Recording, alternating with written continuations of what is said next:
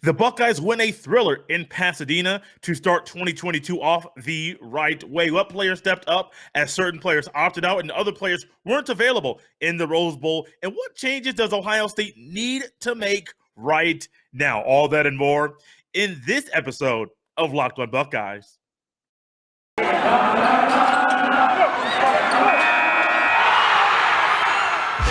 You are Locked on Buckeyes, your daily podcast on the Ohio State Buckeyes.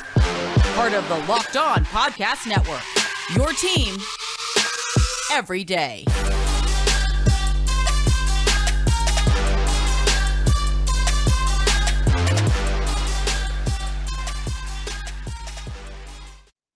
What is up, Buckeye fans? Welcome back to another episode of Locked on Buckeyes for the Locked On Podcast Network. I'm your host, Jay Stevens, also the host of the Jay Stevens Podcast. It is Monday, January 3rd in the year 2022, and today's episode is brought to you by Sonos. Experience the game like never before with Sonos Arc, the premium smart soundbar for TV, movies, music, gaming, and more. Visit Sonos.com to learn more. I hope you had a fun time bringing in the new year. No matter if you watched football on New Year's Eve, you stayed home with the family, with the kids, or you went out, I hope you were safe. And I hope you had a very enjoyable time closing out 2021 and starting 2022. The Buckeyes, the football team, both the football team and basketball team got their first W of 2022 over the weekend. But the football team in the Rose Bowl, it was a game that we will be talking about for a very, very long time. The Buckeyes get down early, 14-0. And in this moment, I'm thinking to myself, people I talked to during the game, they're a little nervous. And I'm thinking, well, I didn't expect this poor performance from Ohio State. I didn't expect them to win, but the missed tackles, the inability to stop Utah, you stop on the first drive, force a punt by Utah. Next thing you know, Utah on the second and third drive of the game, boom, boom, right down the field. And Ohio State showed very little resistance for the Utah Utes in this portion of the game. My dad calls me. Pops calls and he says, hey, man, you are being prophetic. You must have known something about what's going to happen in this game. Before the game, though, my Uncle Jerry calls. He never calls me on the phone. So I'm thinking, what's going on? I know he has some personal things going on. I don't know exactly what's going on. Why is he calling me? Next thing he says was, hey, Jay, you might want to pick the Ohio Buckeyes. You might want to pick the Ohio Buckeyes. And he's 65. I'm not going to correct him and say it's the Ohio State. I'm just going to let him go. You might want to pick the Ohio Buckeyes. And Uncle Jerry was right. I should have picked the Ohio Buckeyes. But Pops called 14-0. He's like, man, I'm not sure what's going to happen, man. Ohio State does not look up to it. And they didn't. Defensively, so many missed tackles. I mean, probably 2 drives, 2 scores, missed tackles in the first quarter alone. And that's no exaggeration. Probably closer to 15. Once again, no exaggeration. Go back and watch the tape. I'm sure it's on the YouTube. No exaggeration at all. Ohio State had a very hard problem tackling. It was embarrassing. I mean, these kids are, 18 to 22, maybe 23, 24. They've been tackling people their entire lives playing football, and all of a sudden, in the biggest game of the season, they forget how to tackle. That's what it looked like. However, C.J. Stroud, we had heard all between the end of the Heisman Trophy ceremony until now, there's a different look in his eye. He's working in a different way. He's preparing in a different way. His connection with the receivers is a little bit different, better than it was all season, which is saying a whole lot. And C.J. Stroud put that on Front Street for us to witness Saturday in Pasadena, California. C.J. Stroud was dialing it, dropping balls into the bucket. Yes, he had different receivers. They are playing a whole lot more than normal. Marvin Harrison Jr., Emeka Egbuka, Julian Fleming. But it sure seemed like it didn't matter who the receiver was. C.J. Stroud with pinpoint accuracy was dialing it up and hitting players all game long. He had a throw to Marvin Harrison Jr. on the left side of the end zone. And I'm thinking, whoa. First off, Marvin Harrison Jr., and the player said it on Twitter, you can't press Marv. Marvin Harrison Jr., 6'3", 205, true freshman from Pennsylvania. I'm thinking, okay, you're going to press a little bit. He's a true freshman. Can't really get it. No. You press him at the line.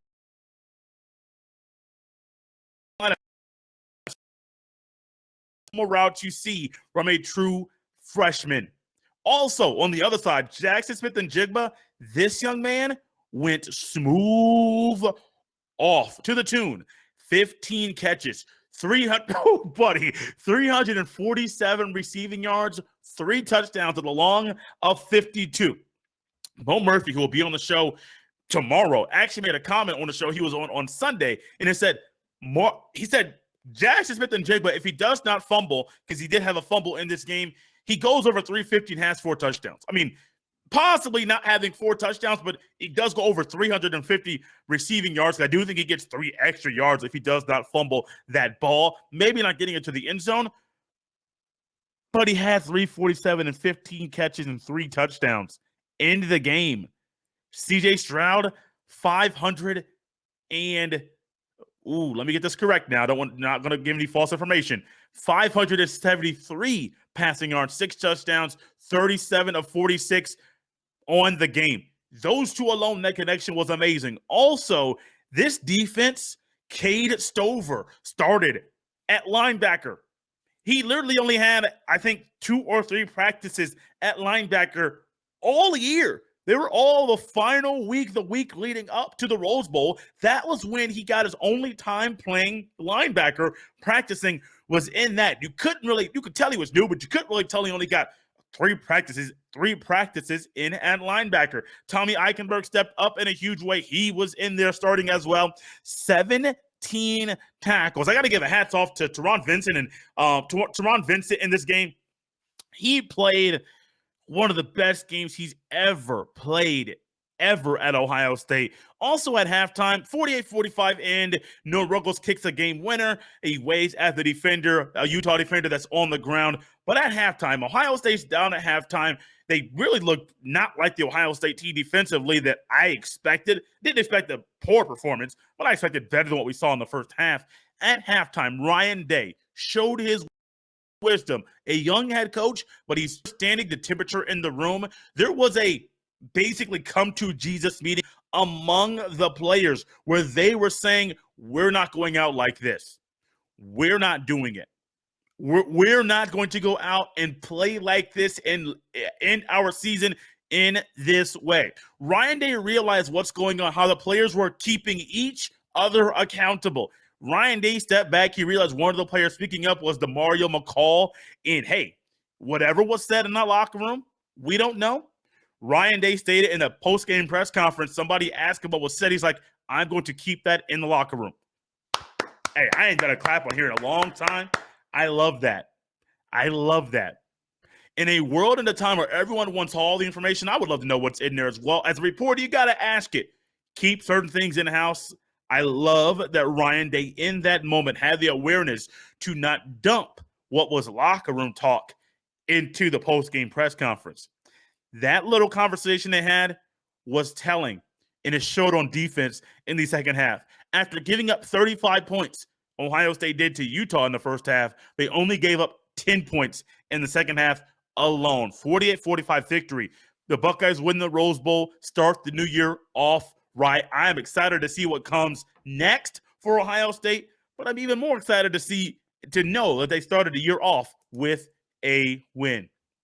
You are tapped into Locked On Buckeyes here on a Monday, part of the Locked On Podcast Network. Your team every single day. I want to thank Locked On Buckeyes, their first listen of every single day. Got to give a quick shout out, something I didn't plan on doing, but Miss Sarah Barker wins the Our Boss Thinks We're Working fantasy football league that I've been putting together for the past 3, 4, maybe 5 years now. I've kind of lost track. Used to be at ESPN. We now use the Yahoo app. I told her that if she wins the fantasy football league, she'll be unbearable. And she has already been unbearable, almost hit that block button. But I want to give a shout out to her because She deserves it. Anybody that wins a fantasy football league, it's not easy. No matter if you're in a league of novices or you're in a league of everybody's on the same level, it's not easy to win. She won, but this might be the nicest thing I'll say about her publicly. We go back and forth, giving each other a hard time. But no, Sarah, you win. I'll come for you next year. You know what's going to come for next year? What is going to be on the eyes of a lot of these players next year? It is going to be CJ Stroud, Jackson Smith and Jigba shooting to be the best they can be. And being the best they can be, the Biletnikoff Award that goes to the best wide receiver in college football, that's one thing that I think a lot of people are going to be saying, Jackson Smith and Jigba, you might get that award because you are the best receiver on all throughout portions of. Then CJ Stroud, that fuel that he has right now inside of him from being only fourth in the Heisman Trophy voting, what I think personally, that was a slap in the face. You're using the what have you done for me lately, or what have you done lately to vote. Aiden Hutchinson didn't get into the race until after they beat Ohio State. He had his Heisman moment. Before that, it was all Will Anderson, Kenneth Walker III, Bryce Young, CJ Stroud. Some of these guys are not better than CJ Stroud, didn't have a better season than CJ Stroud, but because one, Stroud's at Ohio State, he didn't start off the year like people thought he was going to. And then also, he doesn't get the same recognition because he's Ohio State quarterback as Bryce Young does at Alabama or other players along the way. CJ Stroud and Jackson Smith and Jigba showed the world, not just those watching, the Utah fan base and the Ohio State fan base, but the world, what he can do on the biggest stage. And man, those two young men went smooth off to the tune. They set or broke numerous records, Rose Bowl records. They tied one. It was a team record. And then individually, we got Stroud, and Jigba. Marvin Harrison Jr. tied somebody along with Jackson Smith and Jigba. And Jigba has another one. I mean, there's so many records that have been set or that have been one was tied, the other were broken in this game. It was just insane to watch the offensive firepower that Ohio State has, not just with the guys that have played all year long, but also with those guys that are just not getting their first run at Ohio State. Ohio State in the Rose Bowl, they tied the record for the most points scored in a half combined with both teams, 56. They tied the 2012 Rose Bowl between Oregon and Wisconsin. Both those teams also scored 56 points in the first half of that Rose Bowl. Will set the Rose Bowl record with 683 total yards of offense, 173 passing yards. CJ as a team, that was all Stroud, but as a team, Ohio State holds that record individually. Total offense, CJ Stroud, 583 total yards of offense. That's his now Rose Bowl record. Touchdowns in a Rose Bowl, 6. CJ Stroud. Most passing yards in a Rose Bowl, CJ Stroud, 573. Most receptions in the Rose Bowl, Jackson Smith and Jigba with 15. Most receiving yards in a Rose Bowl, 347, Jackson Smith and Jigba. Now, in Jigba and Marvin Harrison Jr., both are tied with the record for most receiving touchdowns in the Rose Bowl. There are two others that are tied for that record as well. Jackson Smith and Jigba set the Ohio State single season record. Most receptions, 95. Most receiving yards, 1,606. A performance like that, knowing that currently that your stats in the bowl games go into your regular or your full season stats. There was a time I go back to when Barry Sanders won the Heisman. If you go back and look at his numbers, his bowl game stats do not get added into the 1988 season stats. And so you see I think it had 2,600 rushing yards. No exaggeration. Go back and check it out. That does not include his bowl game stats. So little difference here, but if Ohio State was in the Natty this year, Jackson Smith and Jigba could add on to his 95 receptions and 1,606 receiving yards that he had in this game.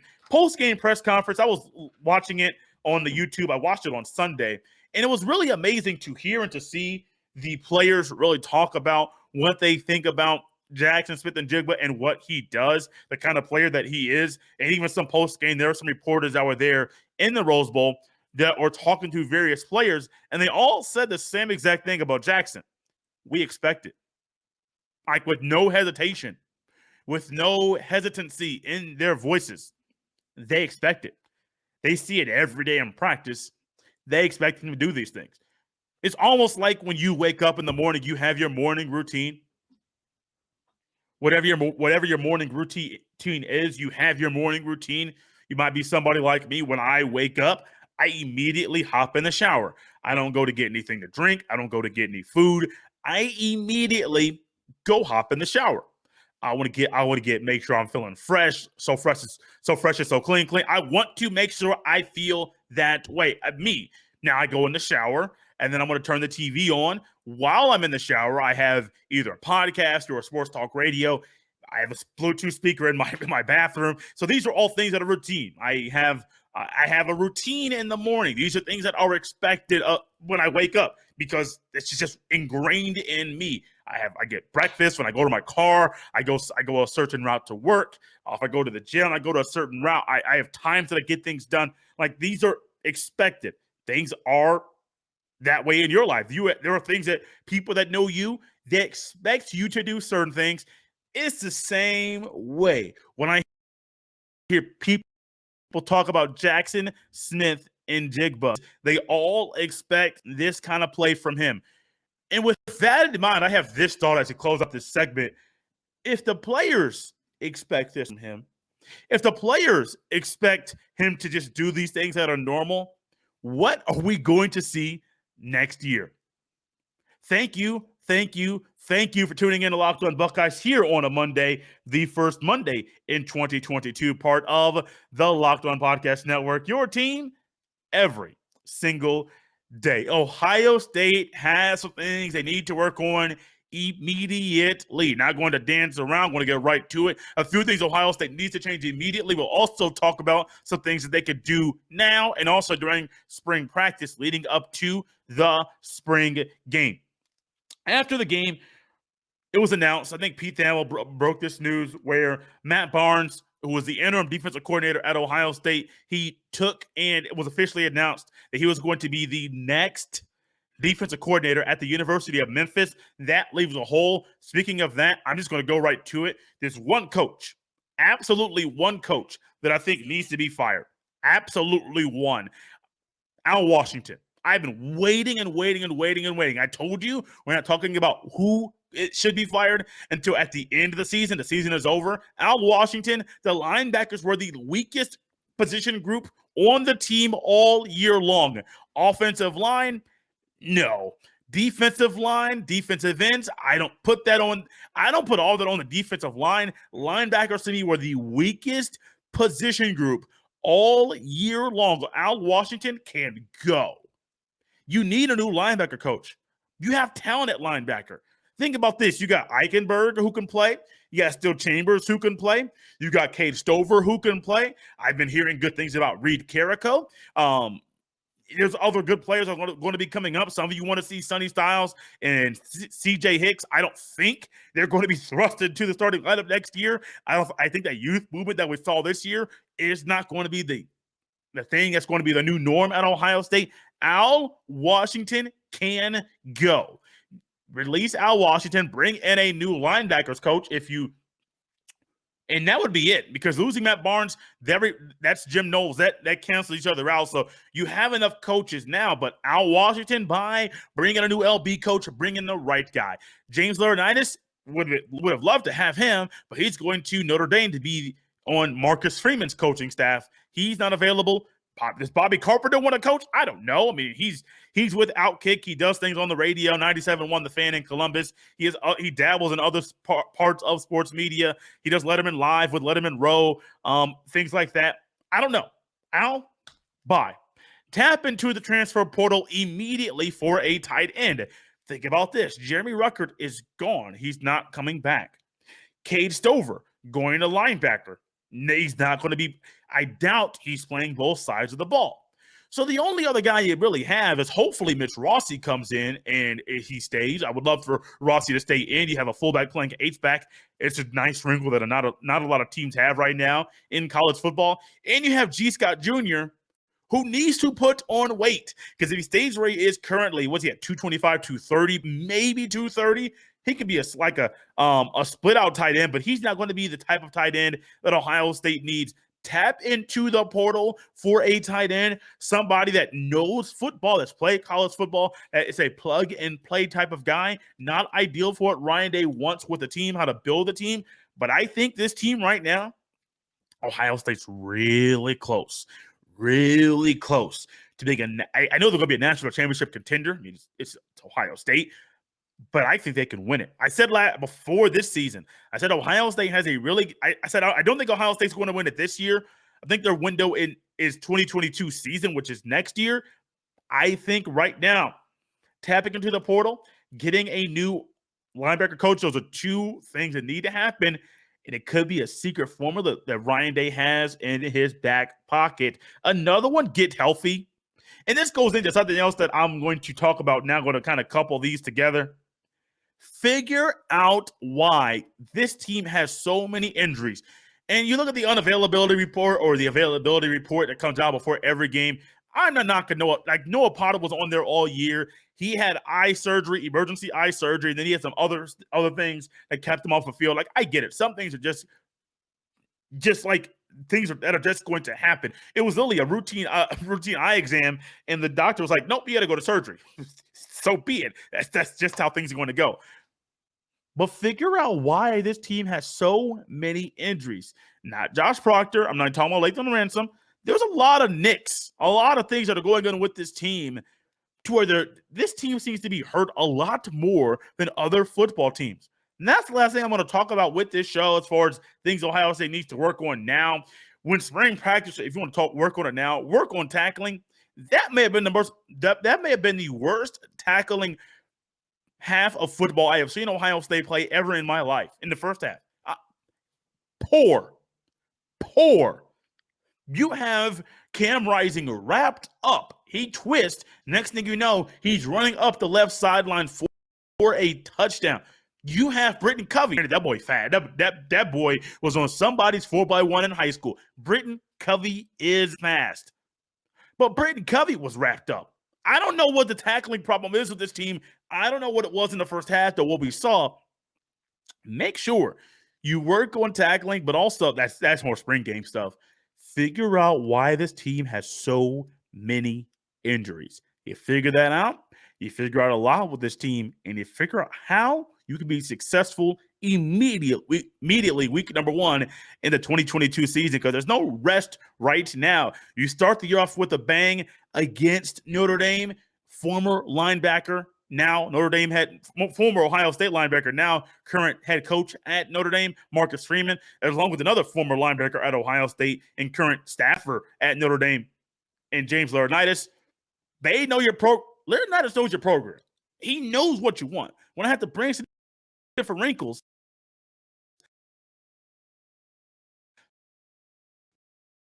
no matter how it doesn't matter what you throw at Notre Dame, if you ain't gonna tackle, buddy, it's gonna be hard to beat anybody next year. This is fun. I love starting the new year off with a bang, talking about a win, talking about what we witnessed from Ohio State. Mo Murphy coming up tomorrow from the Off the Ball Network. Jeff Hunt from the Off the Ball Network on Wednesday. Ohio State plays Indiana in basketball on Thursday. Full week. The basketball team is back. The football team starts the year off right with the Rose Bowl win. I'm excited. As always, you can follow me on Twitter at jstevens07. Send all of the emails to jstevens317 at gmail.com. On the first Monday of 2022, I am Jay Stevens. I'm out. We'll be back tomorrow.